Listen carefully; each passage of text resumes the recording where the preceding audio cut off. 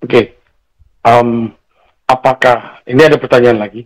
Berarti apakah kita setelah kita kan berapa kita hidup mungkin sudah 30, 40 tahun, terlalu terbiasa dengan pakai konsep jiwani, dan kita pun mungkin saya sendiri lah ya, saya sendiri mungkin baru tahu ternyata kita ini harus tahu mana suara dari roh, mana suara dari jiwa kita, gitu. Ya, Nah, apakah karena sudah terlama kebiasaan ini, gitu? Itu pertanyaannya sih.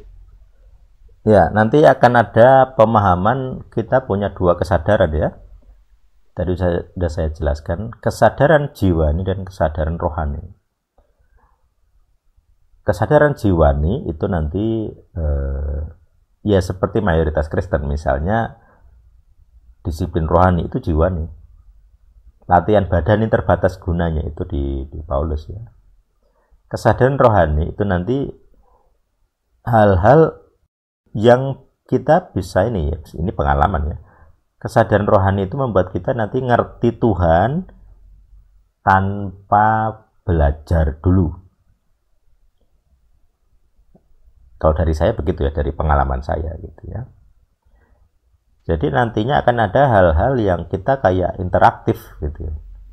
Ya dulu Cahyo merasa ketika di ET gitu ya, di El-Sadik, pengalamannya dengan Tuhan lebih dekat, lebih real time gitu ya. Lebih nyambung gitu, karena dia memiliki kesadaran roh yang terbuka. Nah, sebenarnya memang ada beberapa orang di luar ET, di luar El-Sadik yang mulai memiliki kesadaran rohani. Kayak dulu saya ikut salah satu sesi tentang pelayanan ini ya, konseling gitu ya. Dia memahami bahwa anak-anak yang pernah diaborsi diikuti roh jahat gitu. Dia khotbah tentang itu ya. Cuman kan saya rasa dari pengetahuan dia kurang gitu ya, artinya tidak terstruktur seperti kita. Terus waktu itu saya merasakan ini, ketika dia khotbah saya merasa agak-agak pusing gitu ya. Karena waktu itu kan bahas aborsi, jadi ditampilkan foto-foto video aborsi gitulah, bayi-bayi yang dipotong-potong itu, saya jadi agak-agak, nggak hanya saya, mayoritas jemaat yang melihat juga nggak tahan gitu ya. Ada yang keluar ruangan bahkan gitu. Bukan karena nggak suka, tapi nggak tahan karena display vulgar dari mayat-mayat bayi gitu ya.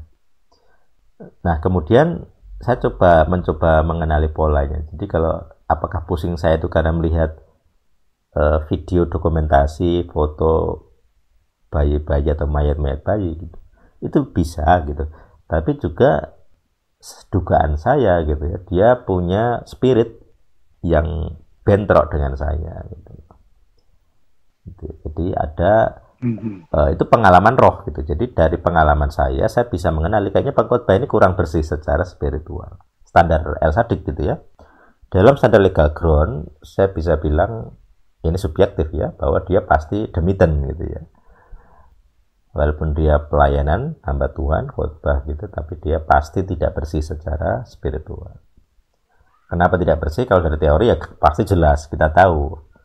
Pasti doktrinnya luput sebagian. Ada yang benar, ada yang salah. Nah, dari pengalaman teruji kok ada gangguan-gangguan ini gitu ya. Nah, dari analisa secara meyakinkan dari data yang sudah saya kumpulkan bertahun-tahun, ini pasti tidak bersih orangnya. Punya kutuk warisan yang belum bersih. Jadi kalau dia ikut kurikulum pelepasan El-Sadik akan lebih bersih gitu ya, lebih benar gitu. Nah itu dari kesadaran roh. Termasuk metode test power itu kesadaran roh gitu. Jadi ada beberapa pengalaman tanda petik negosiasi gitu, kayak negosiasi Abraham terhadap Sodom gitu, Sedom dan Gomora gitu ya. Nah itu saya alami gitu ya, dan beberapa poin jitu gitu. Kalau yang sudah lama di El-Sadik pasti tahu ya terjadi seperti itu gitu ya.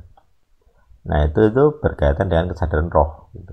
Karena dalam kesadaran roh itu masa lalu, masa kini, masa depan tuh kayak jadi satu gitu, nyambung semuanya.